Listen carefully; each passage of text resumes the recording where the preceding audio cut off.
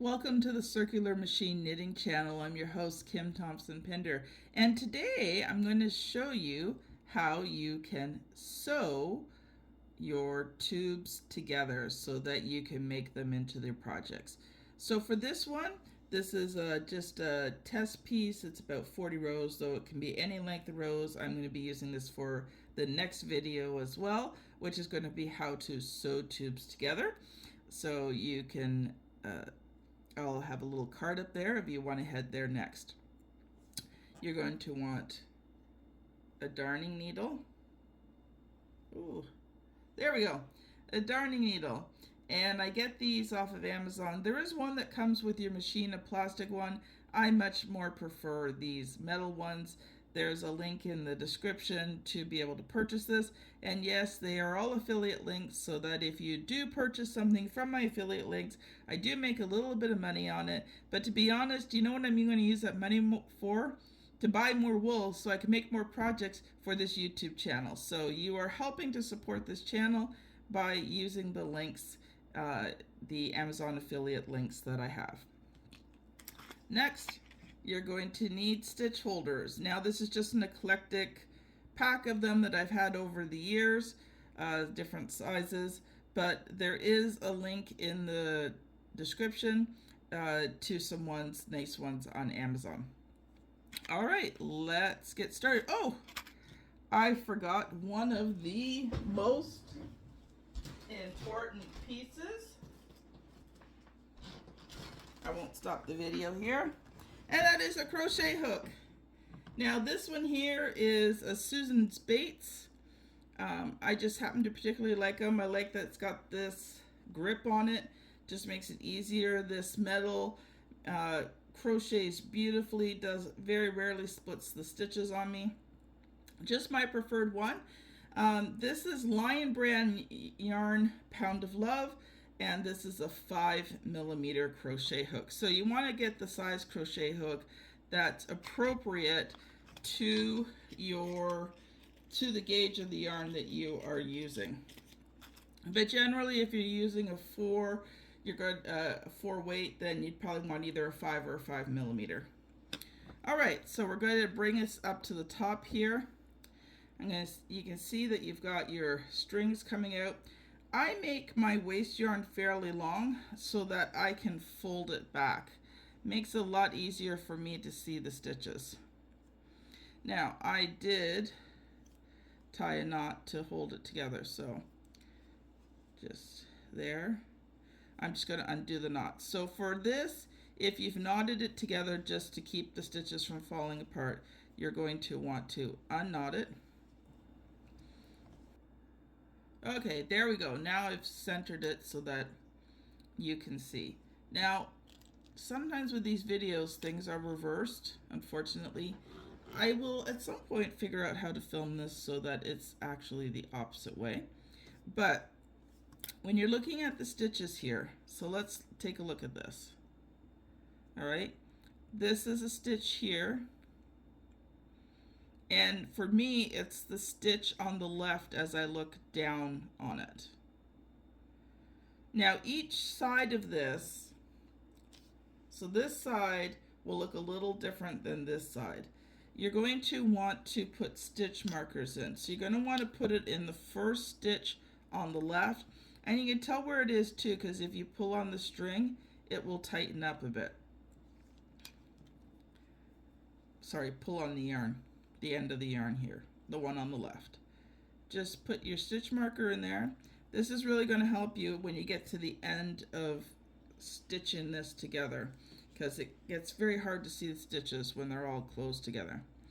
Now, the next stitch on the right for you. All right, so you got the first stitch holder in. Now you're going to see this string here, and you'll notice that it's coming out from here where there is another stitch right across there. So where this yarn comes out, that's where you're going to want to put the next stitch holder. Just like that.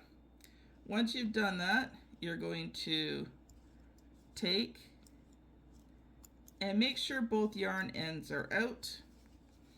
And you want to, on a 22, you want to go to the middle, two middle stitches.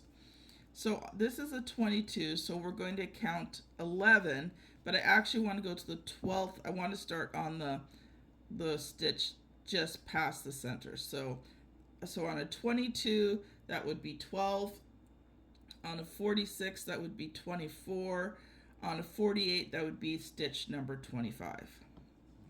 So 1, 2, and I'm going to show you how to count here. So you're going to see these here. So this is one row, one stitch. This is another stitch, another. You'll see little gray bars, and then with a white bar underneath it, that's the contrasting color. So you want to count 12 of those. So 1, 2, 3, 4, 5, 6, 7, 8, 9, 10, 11, and 12. So I'm going to pinch that stitch there for a sec. You're just going to put the crochet hook in. Now I'm going to turn it a little bit the other way from me, because you want to go to the stitch that is on your left. Now I know for you it looks like it'd probably be on your right, but you want to go to the stitch on your left. You're just going to put your needle through. Now, so you see that top bar there, there's a bottom bar here just below it, but in between there's a space. That's where you want to put your crochet hook. You want to put your crochet hook into the space, and then you're going to bring it back through, and you're going to grab that top bar. Oops, sorry. Have to have both on. So that one, then you're going to go through that one, grab this bar, and then you're going to pull that bar through. So that's the one on the left. Then you're going to twist it, and you're going to do the same thing to the one on the right. You're going to put your hook in, you're going to catch the stitch, and you're going to pull it through. And then you go back to the left again. So you're going to keep going down until you hit the end here. So we'll just keep working through this. Make sure that you keep at least the string on the left out, though you can keep both out. So in this case, we're going to go through. Now, some things to note as you watch me do this. It is very easy to drop a stitch. That's why I recommend that if you're using waist color, that you use one that is opposite to what you're doing. So if you're using a light color, use a dark color waist, and vice versa. This is going to make getting your tube together, sewing it together, much easier because you can see the stitches. Now, I've been knitting since I was 5 years old. Well, off and on from the time I was 5 to 20, and then, you know, I've been knitting, crocheting since I was 20 years old.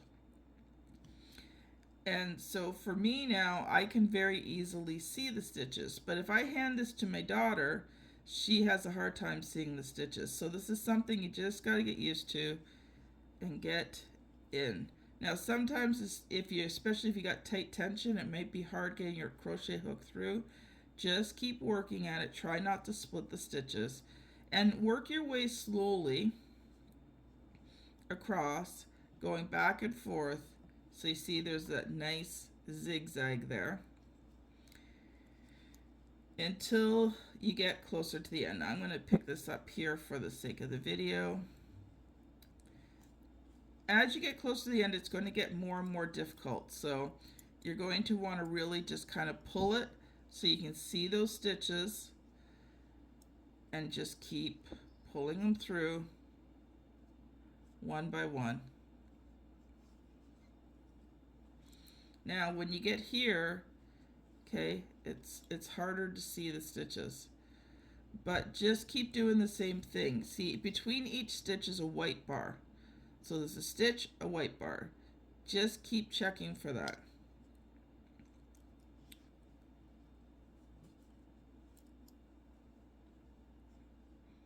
Now you see I did it twice, so you can see where it didn't zigzag back over. So you can always just take it back out. That's the nice thing about this.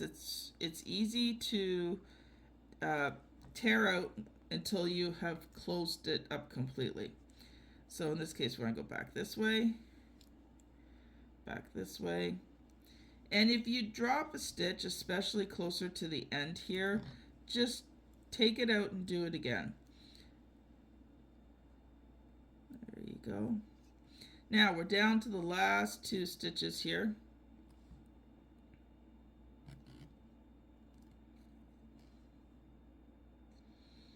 All right, so you're going to do the second one that you put the stitch holder in first. So just take that stitch holder out. This yarn here that's coming out of it, that's okay, just leave it there. Pull it through.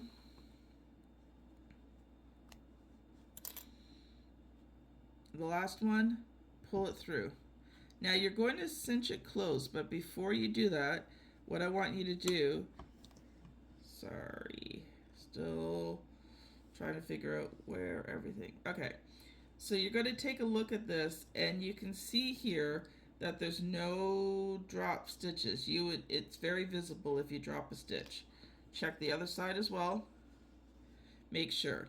If you see drop stitches, take it out and redo it again, because any stitch that's not sewn together will just rip right down the work. So you want to make sure that they're sewn together.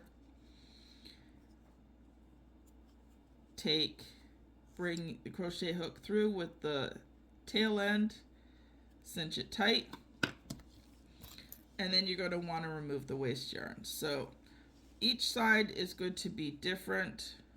Let's just see here what I got. This is the easy side that's just going to let me just pull until it completely comes out. Now, some people say use 5 or 6 rows. I use 7 to 10. I usually use 7 or 8 on the small 22 and closer to 10 on the big one, because I like to be able to fold it back effectively. Now, when you're coming down to the last, oh, I am so directionally challenged. And trying to do this reversed on a camera is so interesting. Okay, when you come down to the last ones, it's going to be a bit tight, but just keep pulling it and it will pop out just like that. Again, now's another time just to take a quick look at both sides. You can see if you got any stitches. You can still fix it at this point. Done. All right, now the other side. We're not going to do the whole thing. I'm just going to show you how to set it up, then how to take out the waste yarn, because each side is a little different. So again, you just want to unknot it.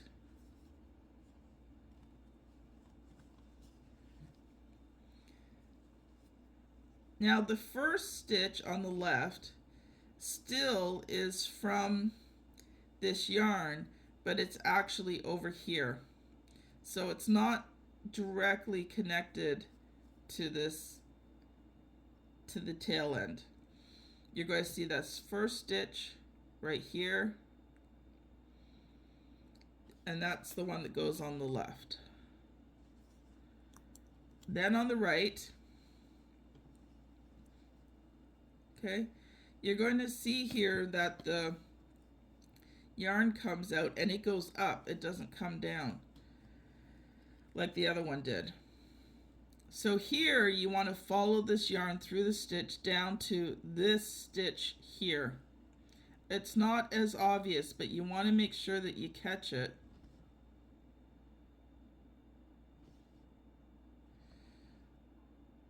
Oh, try and get a good angle for you guys. You want to make sure that you catch it, because if you miss it again, it's going to have a drop stitch. So now from here, you're going to do the exact same thing as you did before. You're going to count to 12. You're going to sew it together. And once I've got this done, I will come back and show you how to remove the waste yarn. All right, welcome back. So you've got your second end sewn together. Now you've got to take the waste yarn off. And this one's a little bit different. So when you try to do the yarn, all it's doing is cinching it together. So that's how you can tell. You're going to go to the stitch here where the yarn's coming out. Just take it out. You're going to pinch that stitch, and then this top, you can't really see it here, this top piece of yarn, you're just going to take and you're going to pull it. And it's going to cinch it a bit, but just keep, oh, just keep on. Oh, the one day it doesn't work for me. Just keep on pulling it. And once you get back to the row, then it's just a matter pulling out the yarn like you normally did. If you've liked these videos, I appreciate it if you could like and subscribe. When you do that, it helps me to put out videos, and more unique videos. So again, as you get close to the end, you just keep pulling till it comes out. Just give it a nice little straighten out because it did get scrunched when pulled it together. And that's it. Thanks so much for watching. In the next video, I will show you how to sew two